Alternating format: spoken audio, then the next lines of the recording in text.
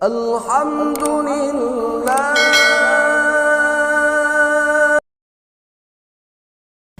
Assalamualaikum warahmatullahi wabarakatuh.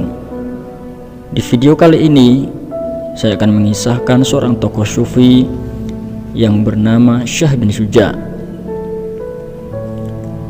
Diriwayatkan bahwa Abul Fawaris Syah bin Syuja Al-Kirmani berasal dari keluarga bangsawan. Banyak karya-karyanya mengenai tasawuf yang telah hilang. Ia meninggal setelah tahun 270 Hijriah atau 884 Masehi. Syah bin Syuja Al-Kirmani mempunyai seorang putra. Di dada si putra bertuliskan kata Allah dengan warna hijau. Begitu beranjak dewasa, karena tidak bisa bertahan dari dorongan-dorongan hatinya, si anak menyenangkan diri berjalan-jalan sambil membawa kecapinya. Sambil memetik kecapi dengan suaranya yang merdu, ia senandungkan lagu-lagu yang sangat menyentuh. Pada suatu malam, dalam keadaan mabuk, ia menyusuri jalan-jalan sambil memainkan kecapinya itu. Ketika ia sampai di satu pelosok kota, seorang pengantin perempuan yang baru pindah ke tempat itu bangun dari sisi suaminya yang sedang tertidur untuk melihatnya. Si suami lalu juga terbangun.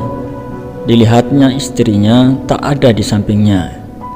Ia bangkit dan menyaksikan apa yang sedang terjadi. Maka berserulah ia kepada si pemuda, "Anak muda, belum tibalah saatnya engkau bertobat?"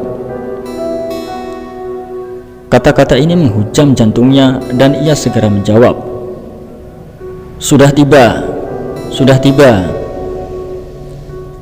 Jubahnya dirobek-robeknya, kecapinya ia hancurkan. Kemudian ia mengunci diri dalam kamarnya dan selama 40 hari tidak makan apa-apa. Sesudah itu ia pun keluar dari kamarnya dan pergi mengembara. Mengenai kelakuan anaknya itu, Syah bin Syuja Al-Kirmani berkomentar, "Yang kucapai selama 40 tahun telah diperolehnya dalam waktu 40 hari saja." Syah bin Syuja Al-Kirmani juga mempunyai seorang putri. Para pangeran di Kirmani telah datang untuk melamarnya. Syah bin Syuja Al-Kirmani minta kelonggaran selama 3 hari sebelum memberi keputusan. Kemudian ia pergi menjelajahi masjid ke masjid. Akhirnya terlihatlah olehnya seorang guru sufi yang sedang sholat dengan khusyuk.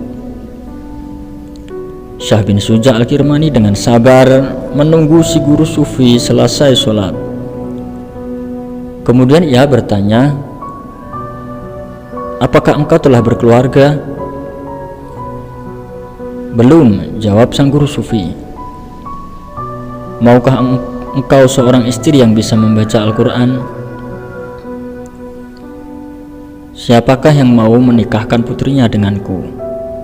Harta kekayaanku hanya 3 dirham.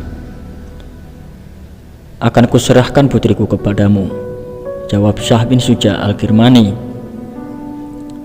"Dari 3 dirham yang engkau miliki itu, belajakanlah 1 dirham untuk roti, 1 dirham untuk minyak mawar, dan selebihnya untuk mengikat tali perkawinan."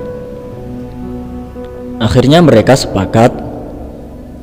Malam itu juga Syah bin Syuja Al-Kirmani mengantarkan putrinya ke rumah si guru sufi. Ketika memasuki rumah itu, terlihatlah oleh si gadis sepotong roti kering di dekat sekendi air. "Roti apakah ini?" tanyanya. "Roti kemarin yang kusimpan untuk hari ini," jawab si guru sufi. Mendengar jawaban itu, si gadis hendak meninggalkan rumah si guru sufi. "Sudah kusadari bahwa putri Syah bin Syuja Al-Kirmani tak akan sanggup hidup bersama diriku yang miskin seperti ini," kata sang guru sufi. "Aku meninggalkanmu bukan karena sedikit hartamu," jawab si gadis, "tetapi karena sedikit iman dan kepercayaan sehingga engkau menyimpan roti kemarin dan tidak percaya bahwa Allah akan memberikan rezeki kepadamu setiap hari. Aku jadi heran kepada ayahku. 20 tahun lamanya ia memingitku dan mengatakan, akan kunikahkan engkau dengan seorang yang takwa kepada Allah. Tetapi ternyata ia menyerahkan aku kepada seorang yang tidak pasrah kepada Allah untuk makanannya sehari-hari. Apakah kesalahanku ini bisa diperbaiki? Si guru sufi bertanya. Bisa, jawab si gadis. Pilihlah satu di antara dua, aku atau roti kering itu.